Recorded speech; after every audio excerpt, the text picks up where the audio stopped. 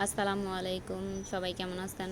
তো আমি এখানে চিড়া দিয়ে সকালের নাস্তা তৈরি করব বা যেটাকে পোহা বলা হয়। তো আমি এখানে নিয়ে নিয়েছি কিছু উপকরণ।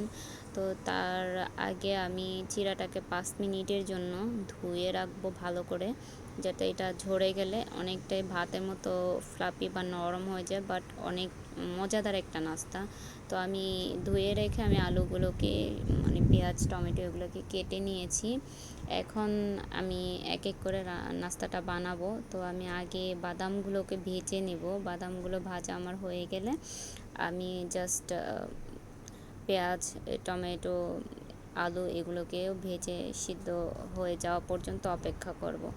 তো আমি আমার চ্যানেলটা ভিডিও বানাচ্ছি, এটা বানাতে অনেকটা কষ্ট হয়, তারপরেও আপনাদের ভালোবাসার কারণে যারা সকালের নাস্তার জন্য অ্যাটলিস্ট অনেক টেনশন করেন কি বানাবো কি খাবো, একই রকমের নাস্তা খেতে যাদের ভালো লাগে না, প্লিজ তারা আমার ভিডিওগুলোকে দেখবেন। আমার চ্যানেলে আরও নতুন নতুন ভিডিও পেতে আমাকে উৎসাহ করবেন, এবং যদি নতুন হয়ে থাকেন সাবস্ক্রাইব করবেন, আর পুরানো হয়ে থাকলে প্লিজ লাইক অ্যান্ড কমেন্ট করবেন। সবাইকে ধন্যবাদ।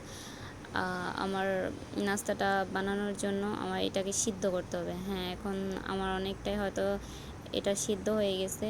তো আমি এখন একটু ট্রাই করে নেব। যখন এটা হয়ে গেছে তো আমি চিড়াটাকে এখন ঢেলে দেব। আমি চিড়াটাকে মিক্স করে নেব। দেখেন চিড়াটা অনেকটাই ফ্লাপি টাইপের হয়ে গেছে, মানে নরম টাইপের হয়ে গেছে, বাট এই রাস্তাটা অনেক মজাদার। যারা নতুন নতুন নাস্তা খেতে চান তারা হয়তো এই নাস্তাটাকে একবার টেস্ট করে দেখবেন।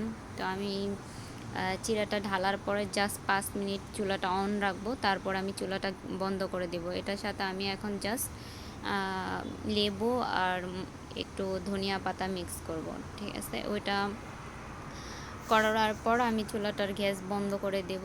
এবং আমার ভিডিওটা যদি সবার কাছে ভালো লাগে তাহলে প্লিজ আমার চ্যানেলটাকে সাবস্ক্রাইব করবেন অ্যান্ড লাইক অ্যান্ড কমেন্ট করবেন। আশা করি সবাই আমার ভিডিওটা ভালো লাগবে।